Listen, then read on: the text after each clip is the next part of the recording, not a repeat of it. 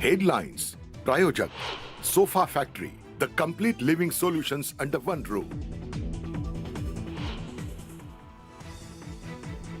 बीबीसीच्या वादग्रस्त डॉक्युमेंटरीवरून रणकंदन. टाटा इन्स्टिट्यूटमध्ये होणाऱ्या स्क्रीनिंगला शेलारांचा विरोध. स्क्रीनिंग तातडीनं न थांबवल्यास आक्रमक भूमिका घेण्याचा शेलारांचा इशारा.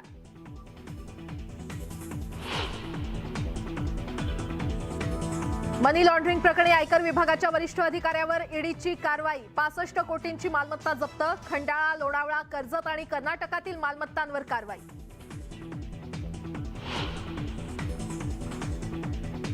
धुळे शहरातील अवैध सावकार राजेंद्र बंब प्रकरणाचा तपास स्थानिक गुन्हे शाखेकडे वर्ग. सावकाराकडे 3000 एफडी आणि 22 कोटींचं घबाड.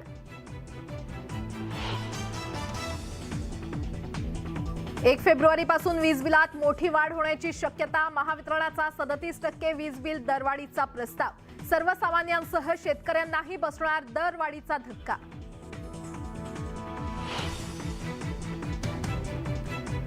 मोबाईल ॲपच्या नादात 12 वर्षीय मुलानं घेतला गळफास. नागपूरच्या सोवारी क्वार्टर परिसरातील घटना. खेळता खेळता गळफास लागल्याचा अंदाज.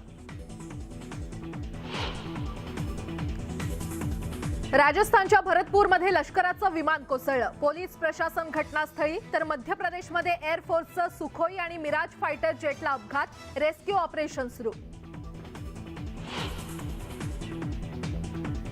रायगडमधील महाड एमआयडीसी मध्ये प्रिव्ही स्पेशालिटी कंपनीला भीषण आग. आगीमध्ये कंपनीचं मोठ्या प्रमाणात नुकसान. सुदैवानं जीवितहानी नाही. आगीवर नियंत्रण मिळवण्यात यश.